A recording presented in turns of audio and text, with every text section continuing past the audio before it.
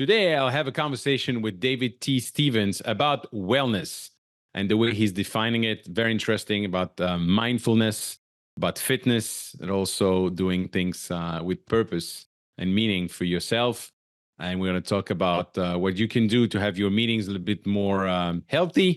And more importantly, what you can do to be more healthy, whether you're on a project or working on a regular day. Enjoy the conversation with David T. Stevens.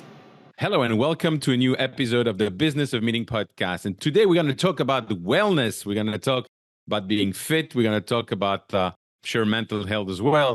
But we're going to do that with someone who's been on the leaderboard of CrossFit for EventProf for many years, got a lot of certification. He is a fit person. We met at, I believe it was the IMEX, and I've been hoping to have him on the show to speak about this important topic of wellness. David T. Stevens. Dave, how are you? I'm great. How are you today?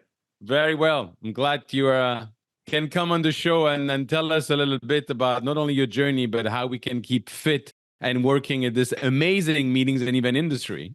Yeah, I think there is room for both. And when we prioritize our own health and wellness and fitness, it's actually going to make us better event professionals. We're going to get to that for sure. But first of all, how did you get to this life of wellness, of meetings? What's your journey? Yeah, so I started I'm a Silicon Valley native. I grew up in San Jose and Campbell, California.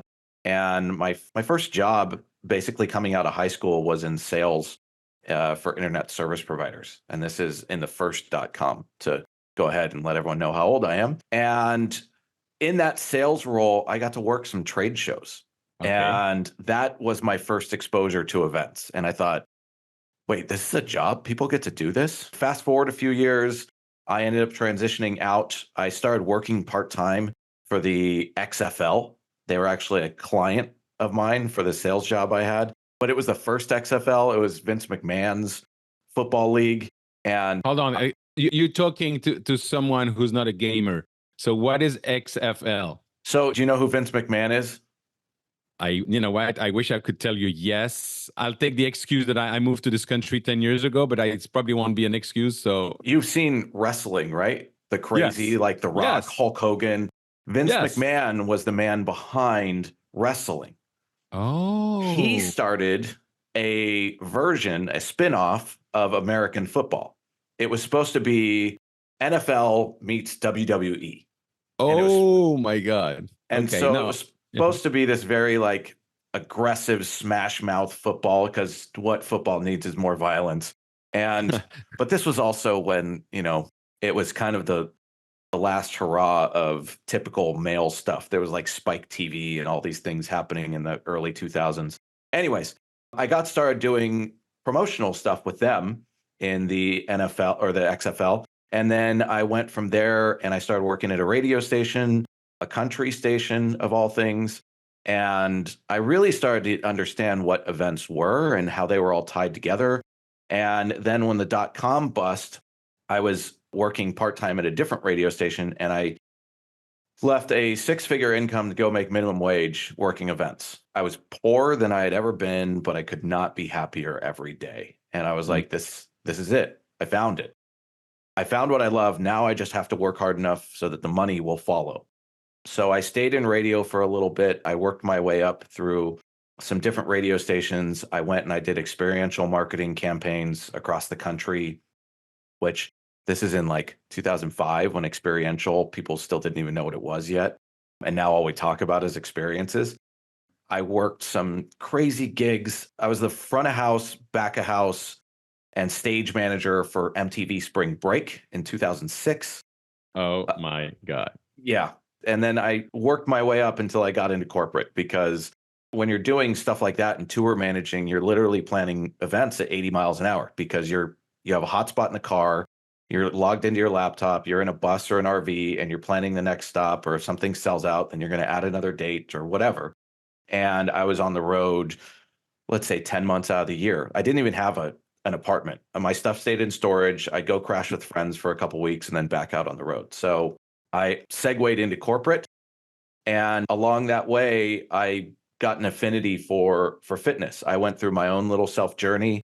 I came off the road. I got my first corporate gig. I was with a girl. We dated for a few months. She broke up with me, went through that breakup. I was halfway across the country away from all my normal friends and family and my comfort. And I had an epiphany that I needed to get my proverbial crap together. And I started working out. I started eating right. And I learned a lot of things about myself and the metaphors of how workouts translate into a lot of parts of life. And then I moved back to California. I became a spin instructor. I did that for 8 years.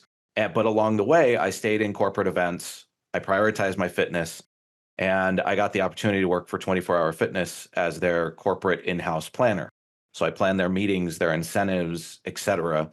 Yeah. And I learned a lot about how, like, the event doesn't have to be done a certain way, because at 24 Hour Fitness, they obviously meet a certain way. They eat a certain way. They do workouts every morning. It's just ingrained because that's who they are as a brand. It's just like, I'm sure you'd expect the same from Lululemon or Headspace or any of these other wellness brands. You'd expect that their meetings would probably reflect those values. Right. So fast forward a few years, and I was talking with a friend, and I was talking about how we used to meet. I'm like, I don't understand why no one else meets like that. And she said, I think it's just people think it's too hard. And I'm like, well, then why don't we change that? Let's templatize it. Let's put it out there. And she was independent. And we started with this concept of like fit meetings. And this was like 2018, 2019. We were doing a lot of research on it. We read this book called Spark, it's written by an MD. It goes very deeply clinically into what happens in your brain when you exercise, what hormones are released, what parts of your brain are triggered, the impact on mental health, the impact on how working out and movement keeps anxiety at bay, helps people fight off depression. Like, there's all this great information in there. And so we had this strong base. And then we went into the pandemic. I was still a corporate planner, and I had my own, I think saying it was a mental health crisis is over the top. But I went through my epiphany on the importance of mental health, because I was working out all the time. I was eating right. I was in some of the best shape I've ever been in because I was stuck at home. There was no travel. There was no there was no plane cookies. There was no lounge access. There was none of that. But I learned a couple things. One, I had to face the question of, do I do what I do because of who I am, or am I who I am because of what I do? No, that's interesting. Which is a significant existential question to ponder. I realized I did what I did because of who I am. And around May, I was starting to feel a lot like a caged animal because I wasn't going anywhere. And so I started really struggling with having a single good day in a week. And fortunately, I was still talking to my friends about this fit meeting idea. And I obviously am on the fitness is everything. That's where it all is level. And there's other people who are, on the opposite end of the spectrum, where they focus on more mindfulness over fitness. And discussion we had was that wellness it's all of it. It's all encompassing. You can't meditate your cholesterol down, and you're not going to go to the gym if you're depressed. It's a balancing act of, and so that's when we realized we had to ditch the fit meetings concept and go for more of a wellness idea, because you need all of them and you can't silo it up and think, oh, well, if I have really good fitness, I'll be mentally healthy, or vice versa. Absolutely. So wellness equal mindfulness plus fitness. Yeah, I think, and purpose and things of that nature. We usually say the 3 M's: mindfulness, movement, and meals, because you got to if you've tuned your body and your mind to be the equivalent of a sports car, then you wouldn't put cheap gas in a sports car. That's right. It's going to knock, it's going to ping, it's going to break down. Same idea. So meals is another thing, but the fourth thing that we've been talking a lot about as well is purpose and meaning. So maybe this is the debut of the 4 M's. So mindfulness, movement, meals, and meaning. Because if you have no purpose, if you have no reason to live. Absolutely. Like, what are you doing? Absolutely. By the way, when I take business owners in our industry into a 3 months program, the very first session is about their vision. And the second one is about the mindset and the purpose and what is it that they want to be doing. It's essential, absolutely essential. And I have to be honest with you, since you mentioned the XFL, I cannot take out of my mind Hulk Hogan, whom I met years ago, playing with Tom Brady. That's that's crazy thing. That would have been that. They might have stayed in business if they would have done some things like that. But that it was kind of like people who hadn't quite made it to the NFL, and then they encouraged, people to bring signs. And there was. Are you familiar with what a fair kick is? Nope. So it's when one team kicks the ball off and the receiver waves his hand in the air, basically saying, I'm going to catch this, but I'm going to catch it where I am. Nobody can touch me. Got it. They got rid of that rule in the XFL because they wanted somebody running full sprint 30 yards to just be able to take somebody out. So it didn't last very long. It lasted a season. A lot of hospital. Going back to what you're saying about, the purpose, the meaning of what you do. That's also something that is linked to meeting other people. You cannot, reflecting on your own for sure. But to your point, during pandemic, when you're all sitting at home, that's having a huge toll on your mental health. Sorry, and how you feel about everything. And by the way, you don't need a pandemic for that. No. I went through it when I started my business. After a few months, I realized that the only thing I was doing was working, getting on the computer, going out just for a sales call, and then going back, and didn't see anyone. And since then, I put it as a rule, and that's what I really advise any business owner, especially in our industry, to do. If you work on your own, if you're a small business, make sure that 2 or 3 times a week you're going out for lunch, you're going out for sports, but you're doing things that are not directly related to work. Is that also what how you cure that crisis? Yeah, I also found just taking drives really helped me. I spent a lot of time on the road, and so driving had become very therapeutic for me. So I would take solo day trips, and just where I lived at the time, I could get to the beach in an hour and a half to 2 hours, especially because nobody was on the road. But I would go places, and then as we went into the summer months, then people started doing more gatherings outdoors and things of that nature. And so then, yes, people started showing back up, even though events were still happening pretty much exclusively online. Yeah, by the way, one day somebody will explain to me how, in the middle of the whole thing, it was forbidden to go on the beaches, like the sea in full air. That's well, if you remember the term they always used, with an abundance of caution. Yeah, exactly. So, when did you start in Olympian meetings, and how you incorporating and focusing the wellness aspect in everything you're doing? Yeah. So Olympian meetings started in 2021. Let me put it this way. That's when we bought the domain name. And that was the shift from fit meetings to wellness meetings. And one of my partners is Greek. So Olympian was key to her. Yep. But when we really thought about the name, it meant a lot to us. One, we call it OM for short, because it's OM, Olympian meetings. And OM is arguably the universal sound of the cosmos. And that also is something that resonates, I guess, pun intended, with a holistic crowd. And it also makes sure that they know we know, that we see them, right?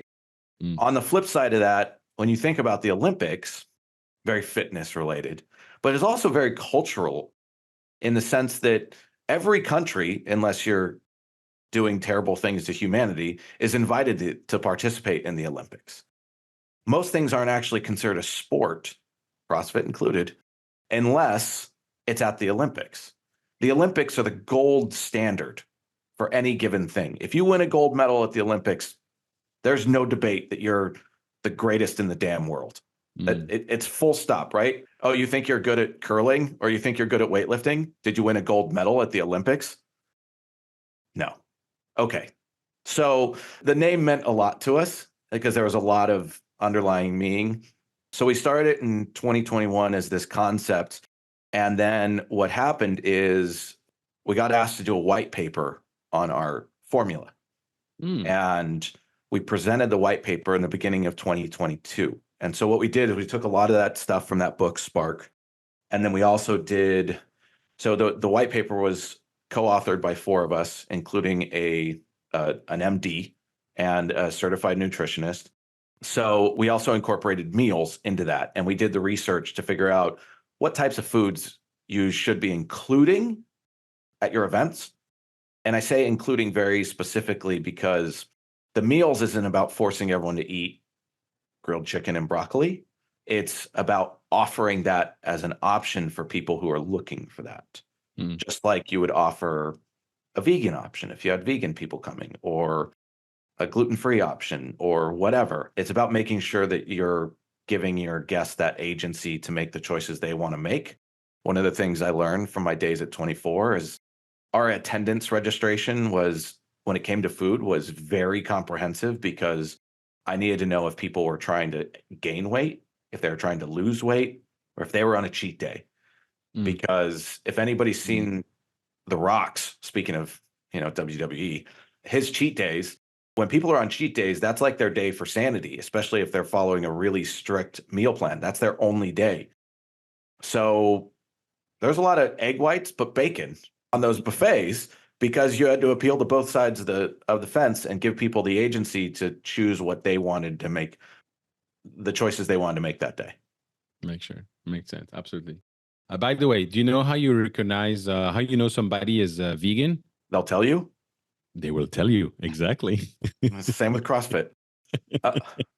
Exactly. So tell us a little bit about this CrossFit leaderboard EventProf that you held for several years.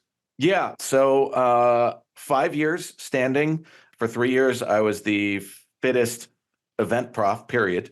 And then the ladies showed up and whooped my butt. So what happens is CrossFit does a thing every year called the CrossFit Open, and it is a global qualifier to go to the CrossFit Games. The CrossFit Games is the CrossFit Olympics, since the Olympics hasn't listed CrossFit as a sport yet. And everyone does it. There's hundreds of thousands of people that do it all over the world. I think it's like 100 some odd countries participate in it. And about 5 years ago, they introduced occupational hashtags. So there was the fittest firefighter, there was the fittest cop, there was the fittest doctor. It was honestly great marketing for them, right? Everyone wanted bragging rights that they were the fittest, whatever.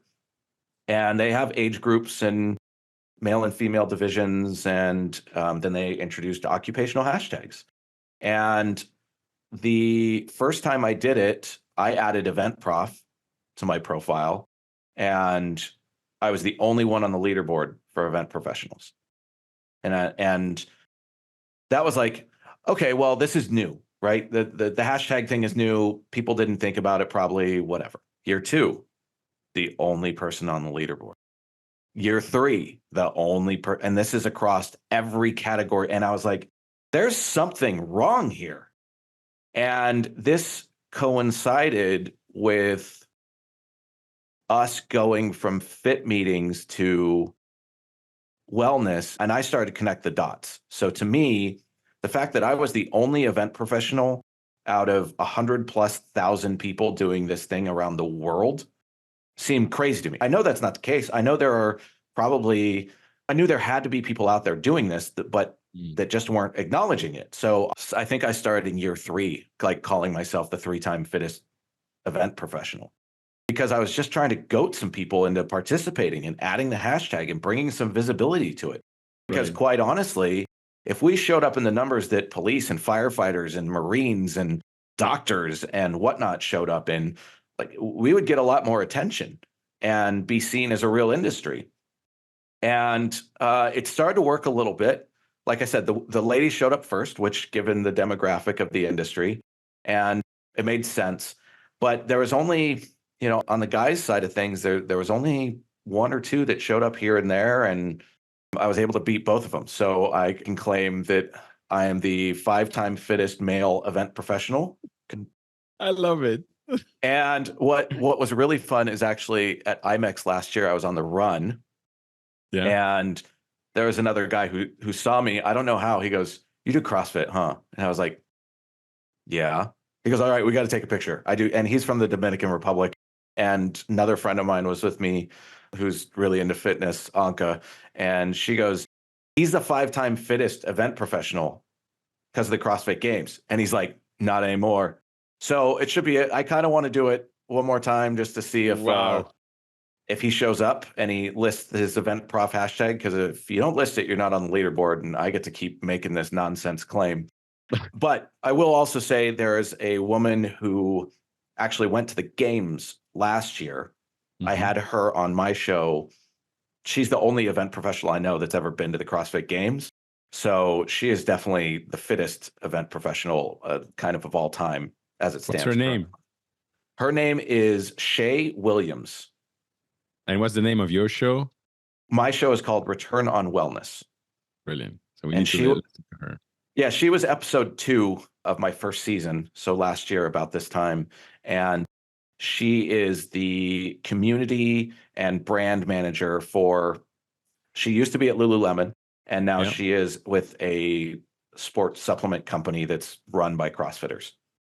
So it's basically part of her work to do that. It wasn't because she took that job while she was training to go to the games, and she had to work out 3 times a day. So a day. So she had to have a conversation with her boss, who the founders of the company may be CrossFitters, and they understand. Her boss is not. He is a businessman, which is smart. Yep. So she had to have a conversation with him about, hey, by the way, I'm going to be training 3 times a day, so you're going to have to trust me to get my work done.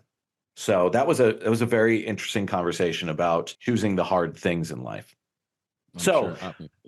That absence of EventProf on the leaderboard meant to me is that we had a problem in our industry and that we weren't taking care of ourselves. And I started thinking about the fact that you go to receptions and it's mostly carbs and booze. You go to a lounge at any given hotel or airport, except for Delta, and it's carbs and booze.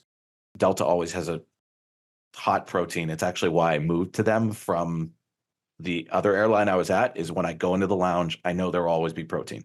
We throw these parties that go till 12 o'clock at night, and then we expect people to be there at a keynote at 8 a.m. That means literally on your best day, let's say you didn't drink anything, or maybe you drank way too much. Either way, you leave that party at midnight and you go right to your room and go right to bed. If you drank too much, you're probably stopping somewhere to get something you shouldn't be eating anyways before you go to bed, or ordering a $50 room service burger or whatever. Poor decisions happen. But if you got out of there, went straight to bed, let's call it 12:15, you're still not going to get a sufficient amount of sleep to be to the keynote on time. Correct. And I was like, what are we doing to ourselves? How is this okay? We are literally undermining everything we're trying to accomplish. We either bring in and pay or get in kind an expensive keynoter to do an 8 a.m., 9 a.m. keynote, yet everyone's poisoned from the night before and hungover, and all they're thinking about is, where can I score a breakfast burrito? Or I want to go back to bed. Or they just didn't get enough sleep in general, and you're missing the opportunity. And if you look around at our industry events, it's obvious. Yeah, I guess it's also like you were saying earlier on, you have the option. You have the option of partying, you have the option of not partying and be there with the keynote. I think I'm doing intermittent fasting now, and it works quite well, but I know it's different from one person to another. And I've never been a heavy drinker, but I have friends who like to do that, and obviously they make their choice. But I'd like to go deeper in the end of our conversation today in 2 different phases where I'd like to have your advice for business owners in our industry. The first context is you are not on the program, you're not on the trade show, but you are your daily life, you're working, you're preparing meetings, you are doing all the stuff that you need to be doing while going to the office. And the second context is you are on the inspection trip with the client, or you are on the project, or you are at the trade show. So let's start with your regular day life. What are your recommendations in terms of morning routine, in terms of sports? What should even professional, especially a business owners in our industry, think about? The analogy I always use is think about the oxygen mask on an airplane.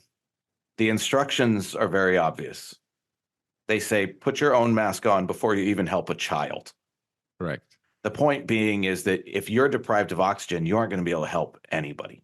It's the same thing with EMS, is they always say, don't endanger yourself more than necessary. I mean, firefighters run into burning buildings, but they don't run into those burning buildings without appropriate gear on, but they get there, they get their time, they check each other, they do the right things to ensure that they are able to go help other people. So it is really a lot about self-care and self-prioritization, in the fact that realizing you will be more effective if you take care of yourself than if you ignore yourself. Absolutely. Now, how do you do that? How do you take care of yourself on a daily basis? So Yeah, it's your regular day. What do you do in the morning? What do you do in general? so I think it's different. I think the other thing I want to touch on is wellness means different things to different people, right? Like for someone to get in the right headspace, for one person, it might be meditating. For another person, it might be sitting by the fire with a glass of scotch and a cigar. They're very different, but the whole point is By the way, I can tell you, you can do both. true, or you can do both, but it's different things. So one is you got to steer clear of pushing what you think is wellness on other people, which I find the irony isn't wasted on me that I'm here talking about how to tell people what wellness is. The point of the message is that it's really, you can't define what means wellness to someone else, but you can give people some options that might help. So on a daily basis, though, you have to make time for yourself. If you are the type of person who just calendars every single little task out, then calendar out time for yourself. Calendar out, start with a 15-minute walk if that's all you can find. Maybe then up it to 30 minutes, but find that time to just do something over nothing. And then as you get more comfortable in that time, you will find yourself doing more to maximize that time and become more efficient with it in a way that keeps you growing and benefiting. Because inevitably, you might get bored and you might need to do something else. But don't delete the time, just try something else. But understanding how important that is. The other thing is, I'll share this. Another conversation I had with one of my guests was about our circadian rhythms. And you are at your mentally sharpest, basically from the time you get up until approximately noon or whenever you have lunch. That is when you are at your sharpest mentally. So if you have important meetings or things of that nature, do it in the morning. If you can get up at 6, or maybe you're an early riser and you get up at 5, get your workout done first thing in the morning. I can tell you from personal experience, anytime you try to do a workout later in the day, it just doesn't happen. Things happen. That being said, after lunch, you go through what's called a postprandial dip, and it is a dip in your brain activity. And it lasts approximately 2 hours from the time you have lunch. So let's call it 12:30 to 2:30. Everyone gets that little kind of tired thing. That's a lull in your brain activity. That's when you should be doing your emails. That's when you should be doing things that are, I don't want to say monotonous, but things that you can do that don't require a ton of thought. And then from approximately 3 o'clock onward, you get your second wind for the rest of the day. That's why and it's actually a great window for physical activity. If you can get it done, if you can commit to it. But like you think about kids after school sports, they all happen after school. And there's a reason. That is a great time when your body you have calories in you, everything's up and running, you're efficient. I lift way heavier in the afternoon than I do in the mornings. So use that. You can also use that afternoon to your brain is much sharper in the afternoon. So let's say you did your workout in the morning and you start a little later, then you can work a little later in the afternoon, but you have to make the time and commit to it. And one of my other favorite things to remind people is everyone's like, well, what's the best form of exercise? Is it CrossFit? Is it Zumba? Is it what? It doesn't matter. Whatever keeps you interested and keeps you doing it. If you enjoy it, do it. Yeah, I would say Krav Maga is also interesting. Yeah, like whatever keeps you motivated is going to be the right thing. So that's, and I totally get it, that that's the daily work on a regular basis now. We all know you're going to not even a trade show. Many of us hosted buyer that obviously have a certain number of meetings to comply with, but there's not really much responsibilities as such. But when you are on a project, when you are doing an inspection with your client, or where you are actually on the project itself, it's very stressing, and it might be, working extremely late, wake up extremely early. What's your routine in that case? This is where your training pays off.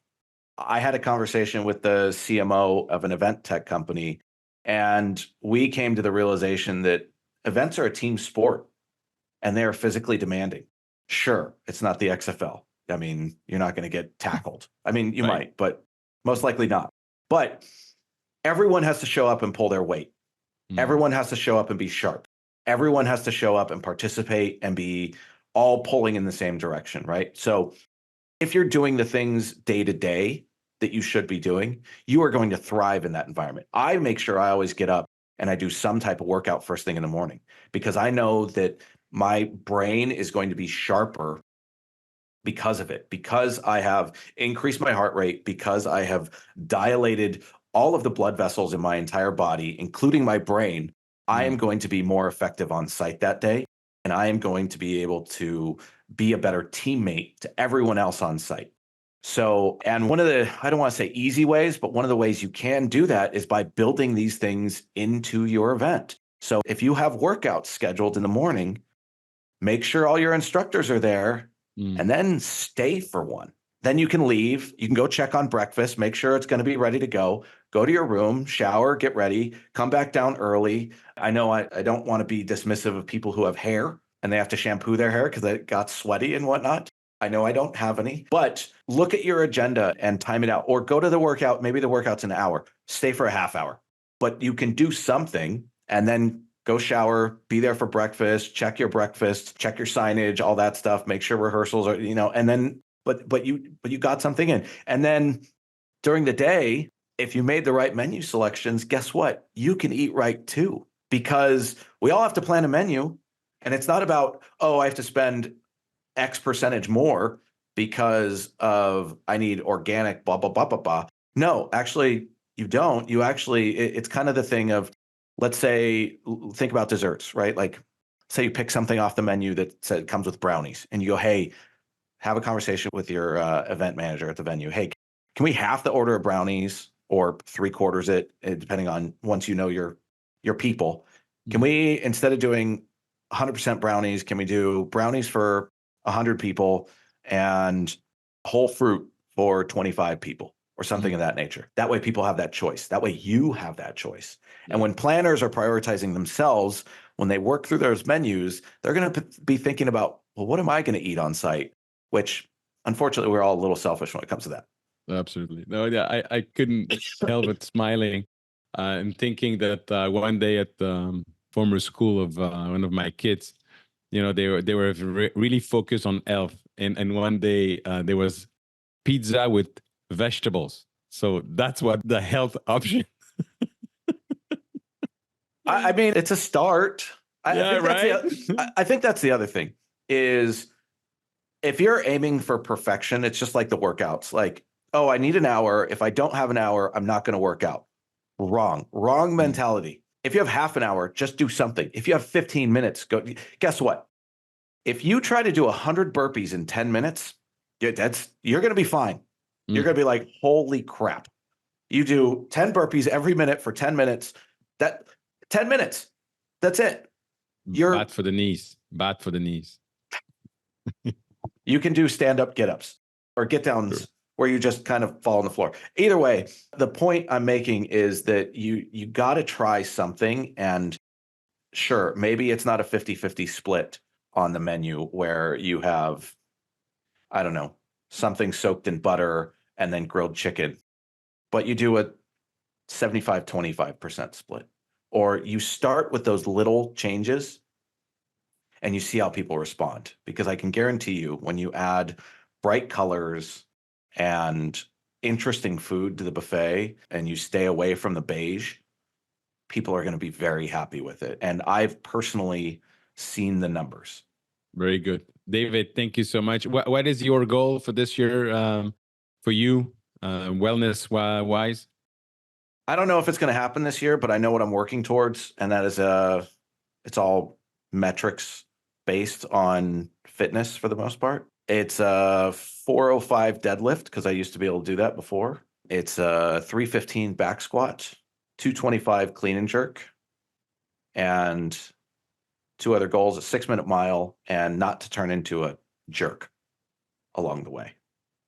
So I'll ask you to give me some information I can put in the show notes because I understood half of what you were saying, but I understand it's very focused and needs a lot of regular training and be consistent, which I think is the message. Thank you so much for taking the time today. How do people get in touch with you?